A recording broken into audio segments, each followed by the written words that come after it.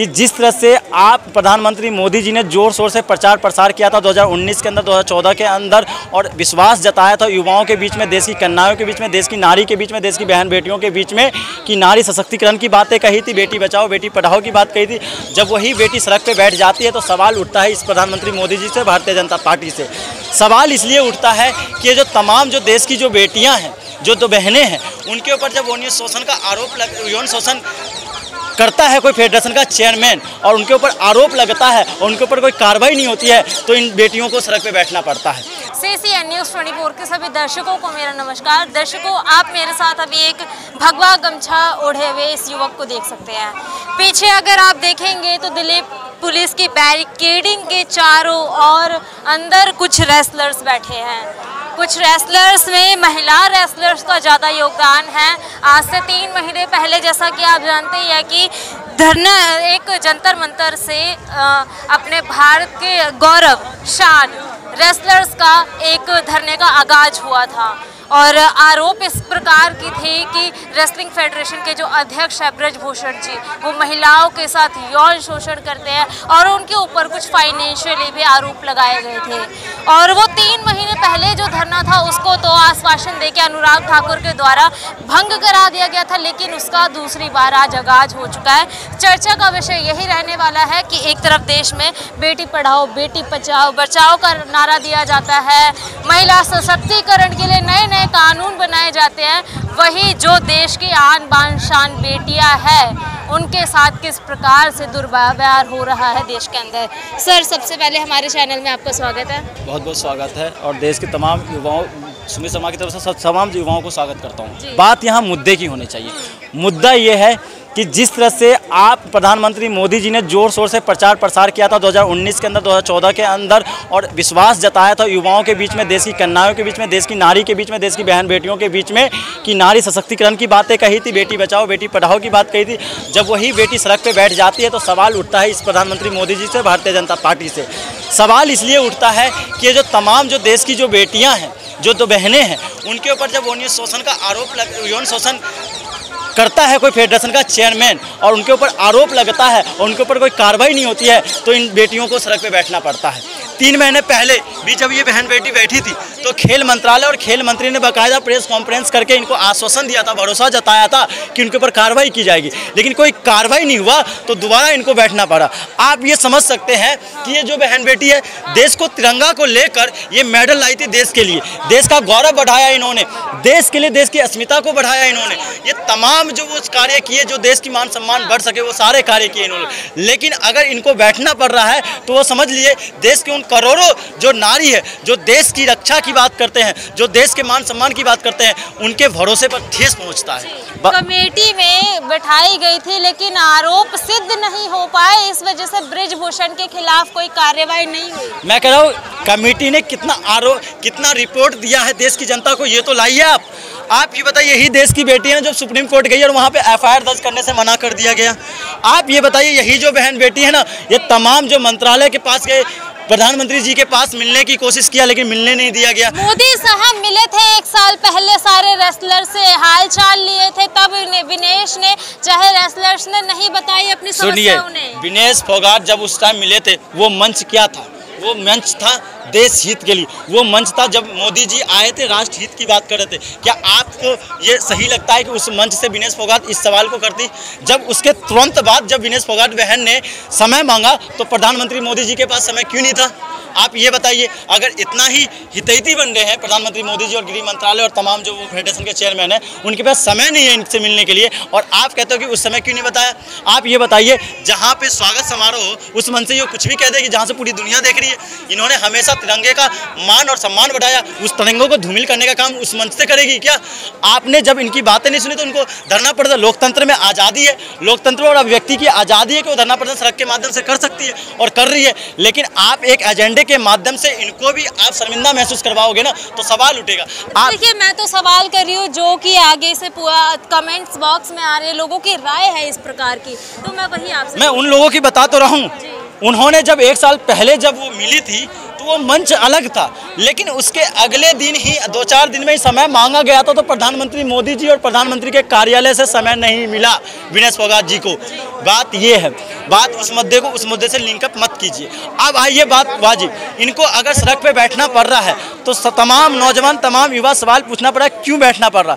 जिसने हमेशा तिरंगे को ऊपर उठाया, अगर वो तिरंगे को ऊपर उठाया तो उनके मान और सम्मान की बात होनी चाहिए। अगर महिला आयोग कहाँ बैठी हुई है? वो महिला आयोग जब राजनेताओं के ऊपर, जब भारतीय जनता पार्टी के किसी नेता का कटाक्ष किया जाता है, मोदी जी के ऊपर कटाक्ष किया जाता है, तो तुरंत तलब कर लेती है। लेकिन जब देश का खिलाड़ी, देश के जो तमाम खिलाड़ी है, उनका शोषण होता है तो उनके लिए तलब करने के लिए बाहर नहीं आती है, निकलती नहीं है। जंतर मंतर तो कुछ दूरी पर है, महिला आयोग को आना चाहिए, उनसे पूछना चाहिए कि इनके साथ क्या हुआ था, इनकी समस्या क्या है। और उन तमाम नेताओं से पूछता हूँ कि आपको भी आना चाहिए, क्या आपके साथ क्या हुआ है। तो आप लोग इन सवाल और जवाब नहीं देंगे, आप बस कटाक्ष करेंगे, आप बस संरक्षण किसका करेंगे? माफियाओं का संरक्षण करेंगे। आप संरक्षण किसका करेंगे? आप उस गुंडई का संरक्षण करेंगे। आप संरक्षण किसका करेंगे? वो थार चलाने वाले टैनी साहब का संरक्षण करेंगे जिनके लड़के ने चला दिया। आप ये बताइए, आप जवानों की बात, बहन बेटी तो छोड़ दीजिए, किसानों और जवानों की बात भी लेता हूँ। सत्यपाल मलिक ने सवाल उठाया था। सत्यपाल मलिक ने सवाल क्या उठाया था? पुलवामा अटैक को लेकर, कि आपने अगर एयरक्राफ्ट दे दिया होता तो वो अटैक नहीं होता।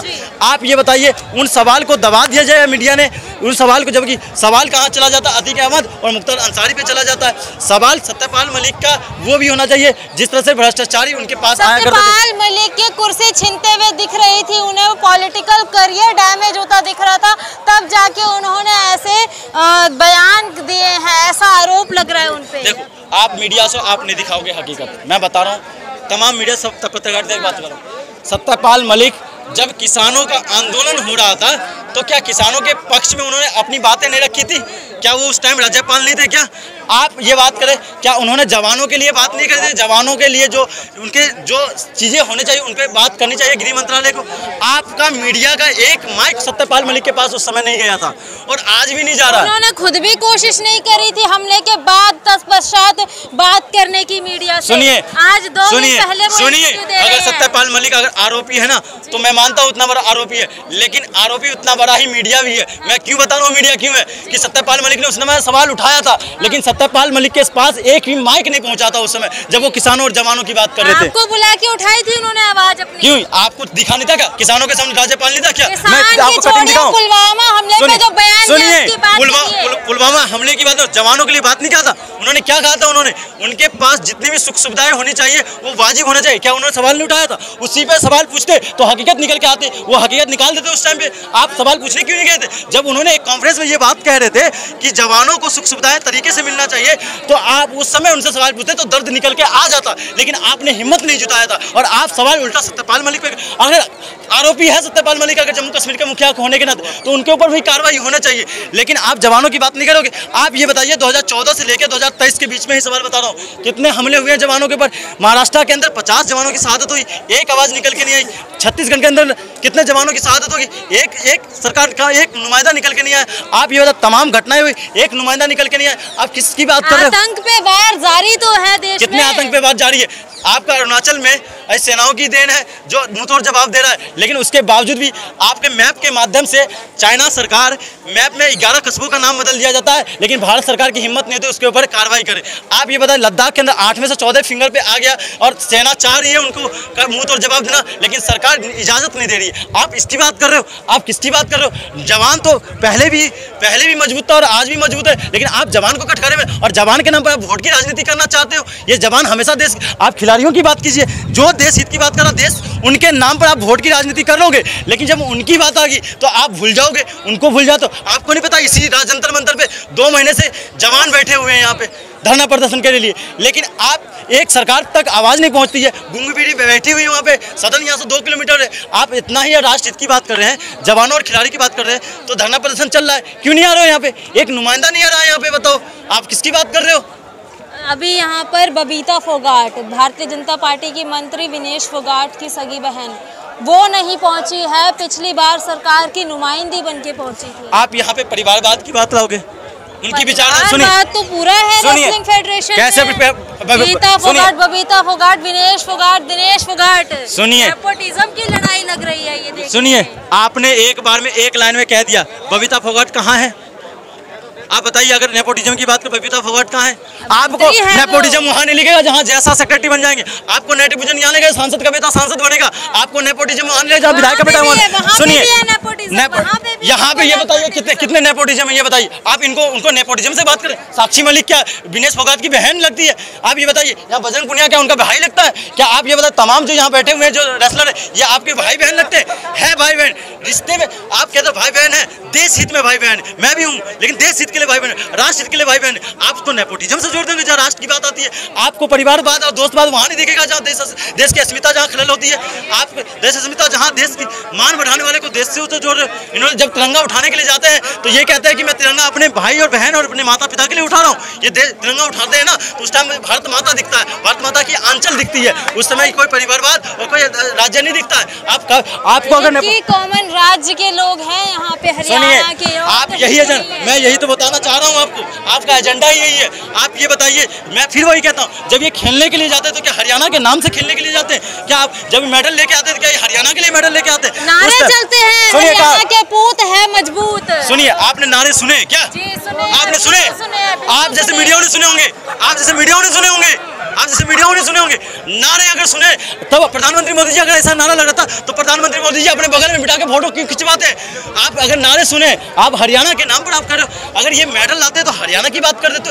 अरे भैया, ये देश की बात है, मैंने मेडल के ऊपर नहीं बोला। नहीं, आपने बोला ना, आपने बोला ये नारे चलते। अरे भैया, देश के बाहर जाता है ना कोई तो भारत की बात करता है, देश के बाहर जाता है ना तो राष्ट्र की बात करता है, देश के बाहर कोई ये नहीं बात करता है, किसी के लिए जाके किसी नेपोटिज्म की बात नहीं करता है, किसी एक मकसद से राज्य के लिए बात नहीं करता है। लेकिन आप जैसे तमाम मीडिया जो चलाने का काम यही करेंगे। बात यहाँ राष्ट्र की बात करें, नारी सशक्तिकरण का एक पक्ष की बात है, ये बताइए। बेटी बचाओ बेटी पढ़ाओ क्या एक पक्ष की बात है? जो नारियों का शोषण हो रहा है क्या एक पक्ष की बात है?